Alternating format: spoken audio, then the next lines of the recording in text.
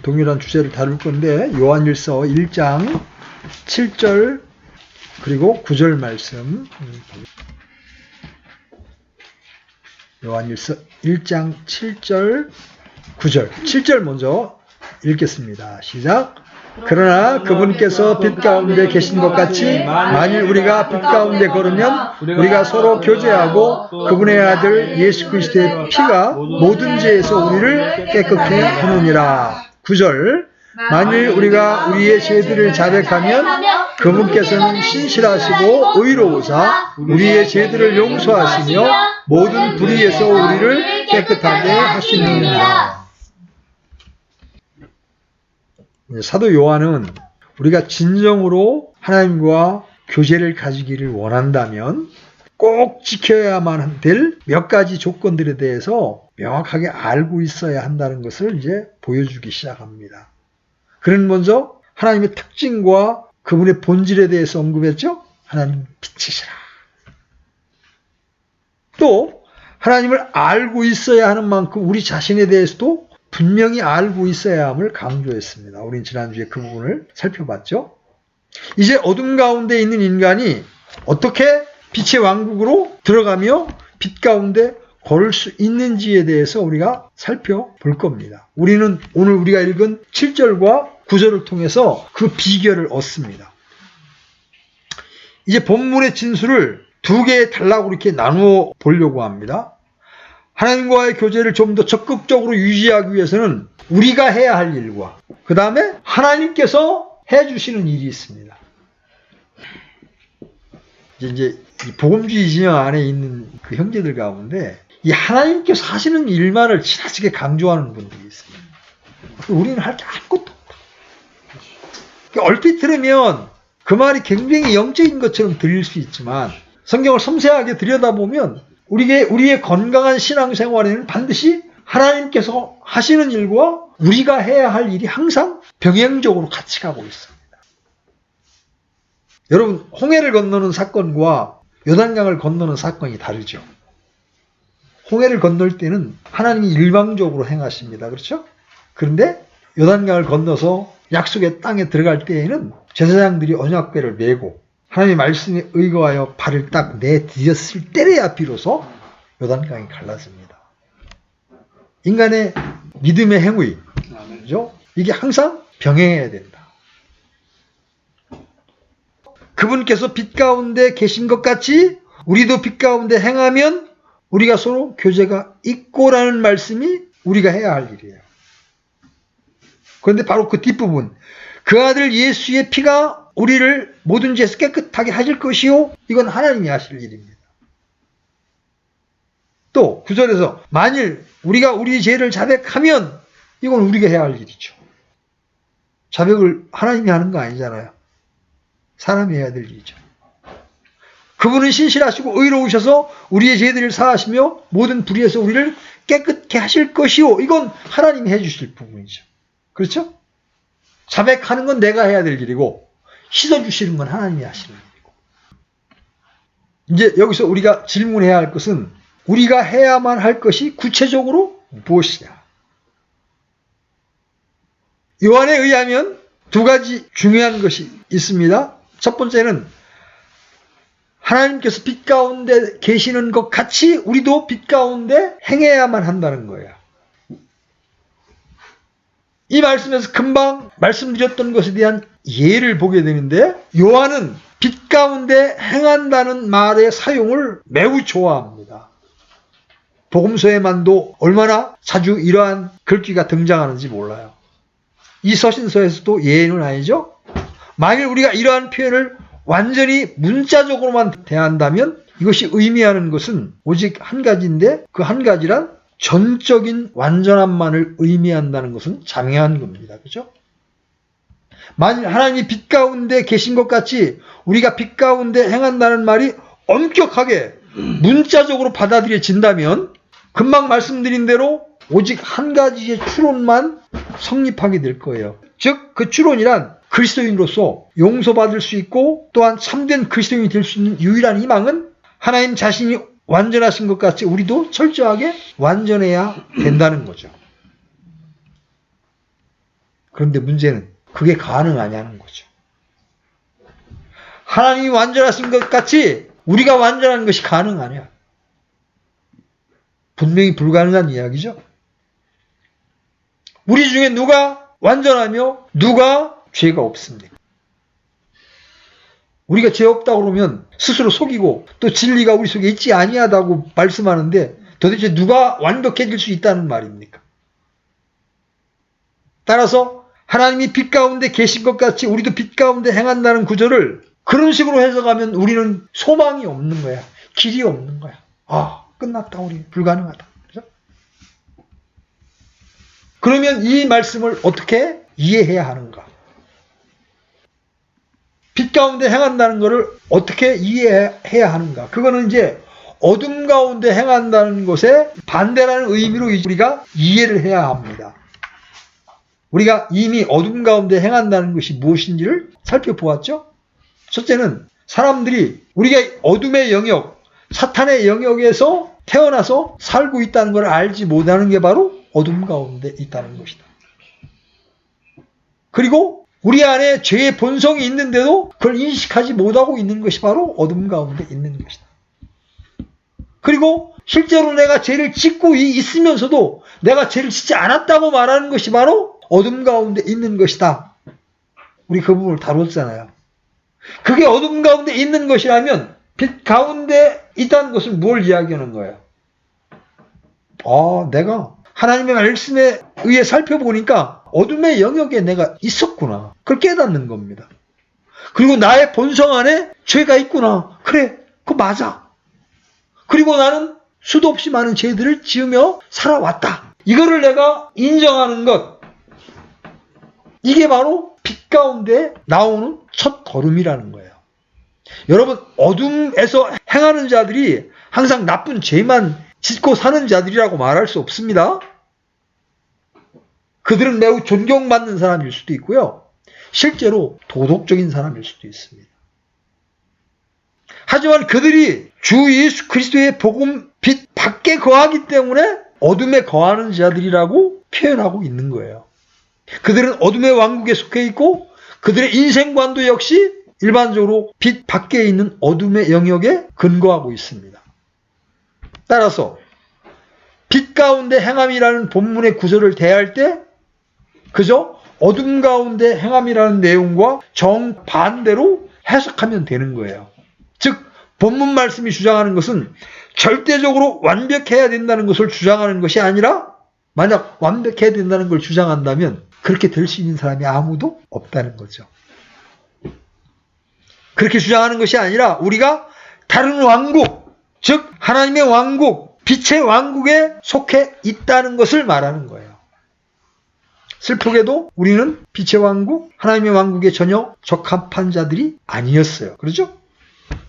그럼에도 불구하고 예수 그리스도의 공로로 우리는 이 왕국에 머물러 있고 속해 있으며 그 안에서 행하고 있다는 사실이에요.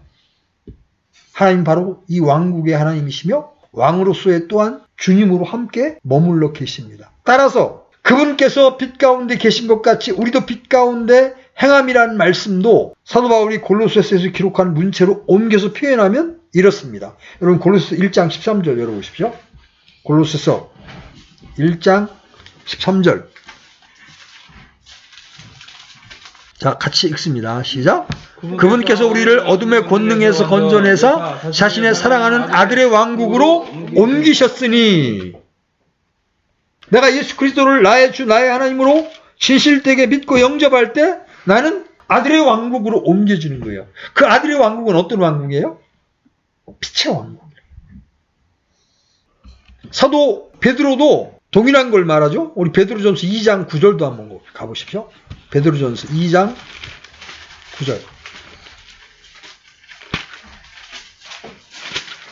자, 찾았으면 같이 읽습니다. 시작.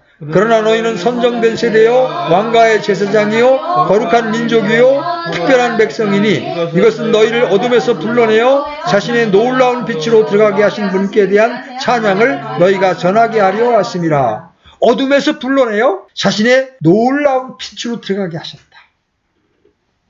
그래서 예수 그리스도가 나의 주님이 되는 순간 나는 빛의 왕국으로 옮겨진 자가 되는 거예요. 제가 이제 이 부분을 강조하는 이유는 이 성화나 이 성결에 대한 특별한 이론을 갖고 있는 사람들은 언제나 빛 안에서 행하는 것은 어떤 특정한 그리스도인들만 가능하다고 주장하고 있는 오류를 여러분들에게 알려주기 위함이에요. 사실상 요한이 말하고 있는 것은 모든 그리스도인들은 필연적으로 빛 안에서 걷게끔 되어 있으며 비록 그들이 연약하고 나약하여 합당치 못하다 할지라도 어쨌든 이들은 빛 안에 있는 자들이라는 거예요. 만일 그렇지 못하다면 그들은 그리스도인이 아니라는 것이며 사도가 한 말의 어느 구절도 그들에게 적용할 수 없다는 말이죠. 이것이 우리가 아주 명백하게 이해하고 있어야 할 첫 번째 겁니다. 그렇다면 우리는 이 첫 번째 것이 실제적으로 의미하는 바가 무엇인지를 질문해 볼 수 있습니다. 이것이 실제적으로 의미하는 바는 크게 두 가지로 볼 수가 있어요. 이에 대한 가장 적당한 대답은 다음과 같습니다. 자, 우리는 우리의 죄 가운데에서 형성되었고 죄악 중에 출생했다는 사실과 본성적으로 출생 시부터 진노의 자식이라는 사실을 알고 있다는 겁니다. 자, 우리가 빛 가운데 있다는 말이 구체적으로 어떤 말이냐? 우리가 죄 가운데 형성되었고 죄악 중에 출생했다는 사실을 내가 알고 있다. 본성적으로 태어날 때부터 나는 하나님 앞에 진노의 자식이었다는 걸 내가 알고 있다. 이제는 이 사실을 알 수 있어요? 나는 몰랐는데 성경 말씀에 의하니까 내가 태어날 때부터 아담의 죄로 인하여 내가 죄악 중에 출생했다. 그리고 하나님과 원수관계였어. 이 사실을 알고 있느냐? 우리가 이러한 죄에 대한 교리를 받아들이며 이와 같은 죄성을 비통하게 생각하게 될 때 우리는 이제 경건한 슬픔을 느낄 수 있는 거야. 아, 내가 죄악 덩어리였구나. 내가 하나님 앞에 어떠한 형벌을 받아도 할 말이 없는 자였구나. 이와 같이 자신의 죄악을 회개한 사람은 자신에 대해 올바르게 직시할 수 있는 사람들이죠. 그리고 이제 자신에 대해서 조심하게 됩니다. 경고망동하지 않게 됩니다. 그래서 바울이 오라는 비참한 사람이로다. 이 사망의 몸에서 누가 나를 건져내랴. 이 고백이 무슨 뜻인지를 아는 사람들일 겁니다. 이것이 바로 그리스도인이 되는데 본질적인 부분이에요. 만일 이러한 죄에 대한 인식과 회개가 없었다면 어느 누구도 그리스도인이라고 불릴 수 없는 거예요. 또한 빛 안에서 행하는 자라고 할 수도 없는 겁니다. 근데 이것에서 그치는 게 아니에요. 이건 시작에 불과합니다.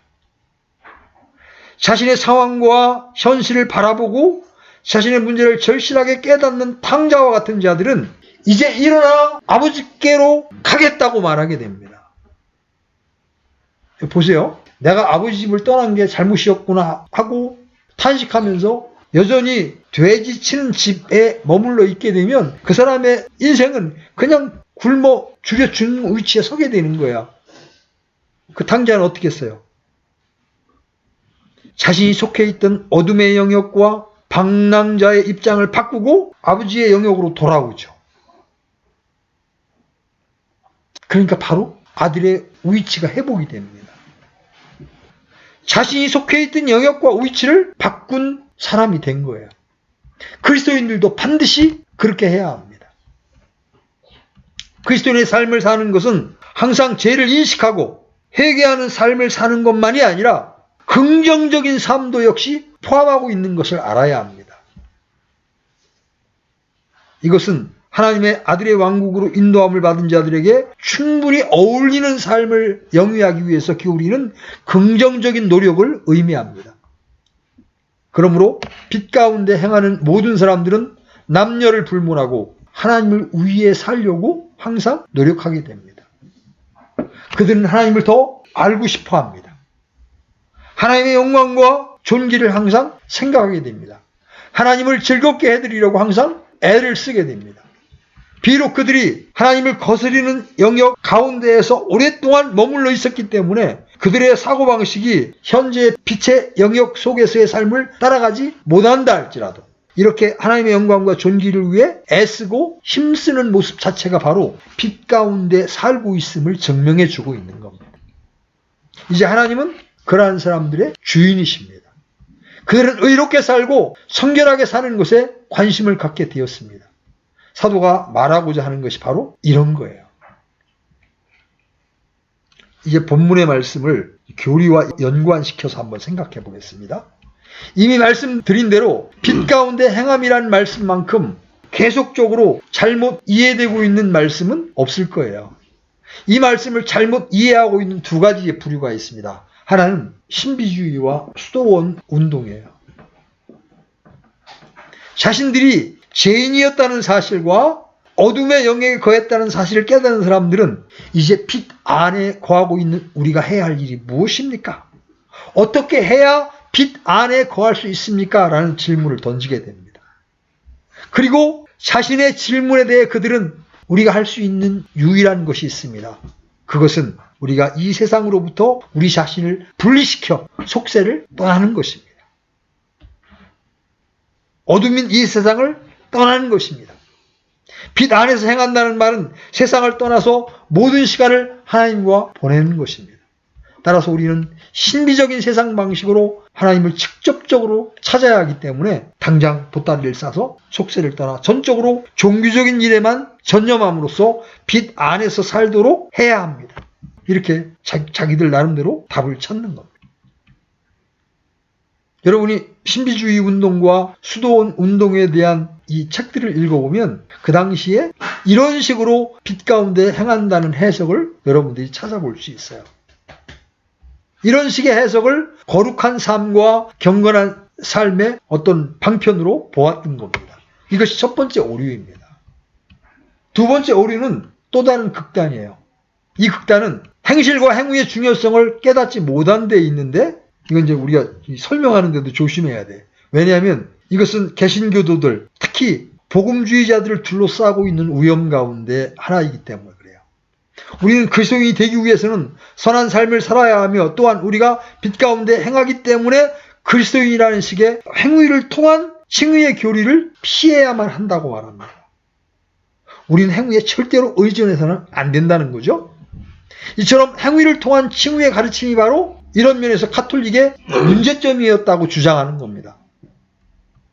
따라서 우리는 우리의 죄를 위해 돌아가신 예수 그리스도와 그분의 죽으심을 믿는 것 외에 다른 어떤 것도 구원과 관련시켜 생각하지 않습니다. 왜냐하면 행함과 관계없이 오직 믿음으로만 의롭다함을 받을 수 있기 때문입니다. 틀림없는 말이죠?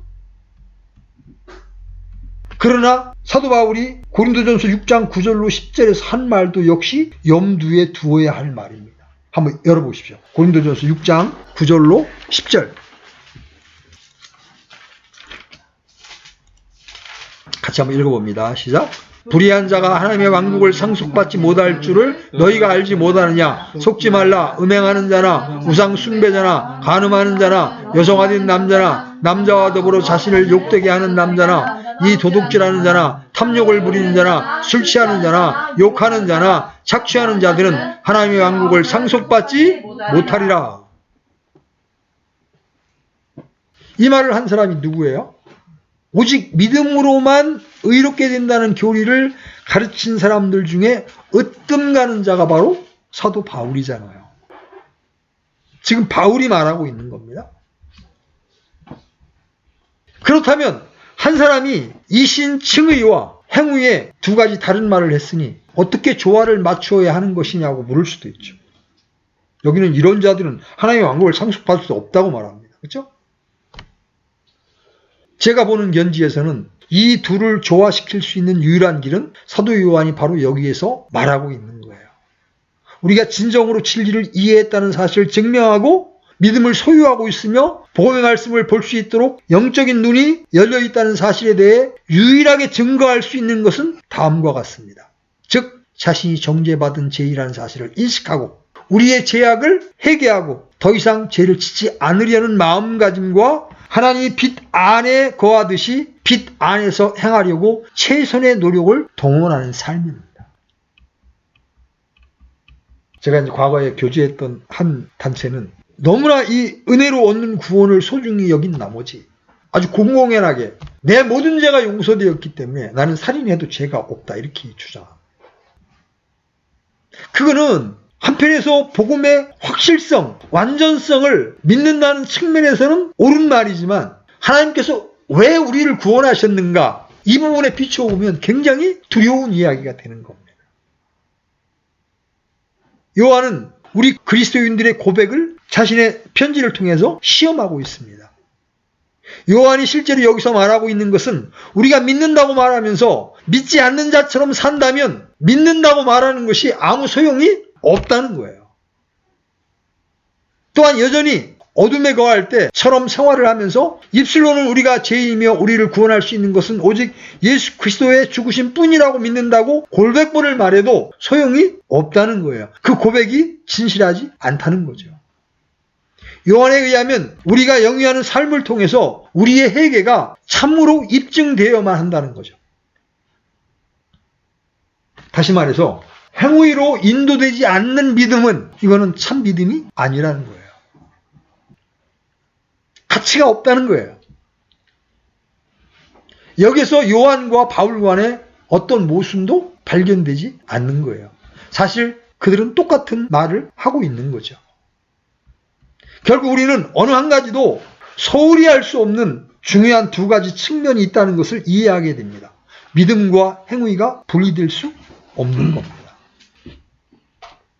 이 두 가지를 통해 지적인 동의와 참된 믿음이 구분되는 거예요. 사람들 중에는 종교나 철학의 한 가지 정도로 기독교의 가르침을 받아들이는 사람들이 있습니다. 제가 신약 성경을 이해하기로는 그러한 사람들은 그리스도인이 아닙니다. 그들은 빛 가운데 행하는 자들이 아닙니다. 사람의 행위는 그 사람이 가지고 있는 믿음을 입증해 주는 거예요. 따라서 빛 가운데 행한다는 말이 의미하는 바는 회개와 제된 생활로부터 성결한 삶으로의 이전입니다. 이러한 삶이 진정한 기독교적인 신앙 고백에 대한 궁극적인 입증을 하는 것이 되는 겁니다. 이것이 요한이 첫 번째로 강조한 내용이에요. 즉 우리는 하나님께서 빛 가운데 계신 것 같이 우리도 빛 가운데에서 행해야만 한다는 거예요. 모든 진짜 그리스도인들은 어둠의 영역이 아닌 빛의 영역 안에서만 행해야 한다는 중요한 선언입니다. 여러분들이 하나님과 교제를 갖고 싶으면 빛 가운데에서 행해야 한다. 우리의 신분만 빛의 왕국으로 옮겨오는 것만 가지고는 부족하다는 거예요. 실제로 나의 삶이 이제 하나님이 기뻐하시는 빛의 삶을 살아갈 때에 하나님과 교제가 됩니다. 우리 김주원 잘 생각해봐. 엄마 말 안 듣고 엄마하고 불화하게 될 때 엄마하고 교제가 돼야 안 돼. 안 되지. 서로 성질 나 있는데 어떻게 교제가 돼. 근데 엄마가 기뻐하는 일을 하면 엄마의 말에 순종하면 그래 내 새끼 그러면서 대번 살가워지지. 교제가 되지. 하나님과 우리의 관계도 똑같은 거야. 비록 내가 엄마의 아들이지만 내가 엄마의 뜻과 완전히 어긋난 그런 일을 하고 있으면 엄마와 내가 교제가 안 되는 거야. 그렇지? 근데 내가 엄마의 뜻에 순종하고 엄마가 기뻐하는 일을 하면 엄마하고 너무나 이게 다정한 대화를 나눌 수가 있는 거야. 하나님과 우리도 마찬가지야. 우리가 예수님을 믿음으로 하나님의 자녀가 되었지만 하나님이 기뻐하시는 뜻 가운데 내가 있을 때 하나님과 내가 교제가 되는 거예요. 하나님의 뜻을 외면하고 계속 꾸덕대고 불순종을 하게 되면 하나님이 우리가 교제를 하나님의 얼굴을 돌리시는 거예요. 그럼 그때부터 교제가 안 돼요. 이것이 요한이 첫 번째로 강조한 내용입니다. 다시 한번 말씀드립니다. 우리 그리스도인들은 완벽한 자들이 아니에요. 우리들은 불완전하고 죄가 있는 사람들입니다. 그럼에도 나는 이 세상에 살고 있는 사람들과 같지 않으며 그리스도를 믿지 않는 자들과 같지 않습니다. 물론 나도 저들과 같이 여러 면에서 죄된 자이지만 본질적으로 저들과 다른 자들입니다. 우리는 감사하게도 이렇게 말할 수 있는 자들이 되어야 하는 거예요. 우리는 그리스도 밖에 있는 자들이 전적으로 범하는 실수를 보게 됩니다. 그들은 그리스도인이 된다는 것이 무슨 소용이 있냐? 저런 그리스도인들 좀 봐. 마치 그리스도인이 되어봤자 별것 아닌 것을 입증하듯이 말을 합니다. 하지만 여러분, 사람으로 하여금 그 증인이 되게 하는 것은 그들의 행위가 아니라 그들이 행하고 있는 영역이라는 거예요. 바로 그들이 어떤 왕국에 속해 있느냐가 그것을 결정해 준다는 거죠.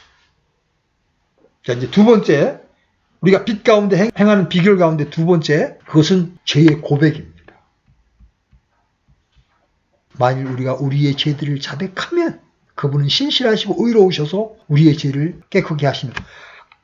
이건 역시 아주 중요한 것이므로 서두에 생각을 한번 정리해 봐야 돼요. 먼저 질문하고 싶은 것은 왜 우리가 죄를 고백하지 않는 것이 하나님과의 교제를 방해하고 무너뜨리는 것이 됩니까? 보세요. 부모는 자식이 잘못했어도 마음으로 이미 용서하고 있어요. 근데 왜 자식이 엄마, 아버지 제가 잘못했어요 하고 자기 잘못을 시인하는 걸 기다릴까요? 자기를 인정하는 걸 보기를 원하는 거예요. 참된 회개는 자기를 인정하는 거잖아요. 제가 아까 말 실수했습니다. 엄마 용서해 주십시오. 이미 부모는 용서할 준비를 이미 다 갖추고 있어요. 근데 잘못된 걸 지적해도 꾸덕거리면서 계속해서 잘못한 게 없다고 말해. 그러면 교제가 돼야 안 돼? 안 되잖아요. 하나님과 우리의 관계도 마찬가지예요. 자백은 어둠 가운데 감춰져 있던 것을 드러내는 겁니다. 빛은 언제나 어둠에 숨겨진 것들을 들춰내잖아요. 따라서 만일 우리가 죄를 직시하는 것을 피한다면 그 말은 빛을 피한다는 뜻이 되잖아요. 하나님은 빛이시기 때문에 빛 대신 하나님이 들춰내시는 죄악을 숨기고 그 죄를 대면하는 것을 피한다면 결국 하나님과의 교제가 깨진다는 말이 되는 거예요.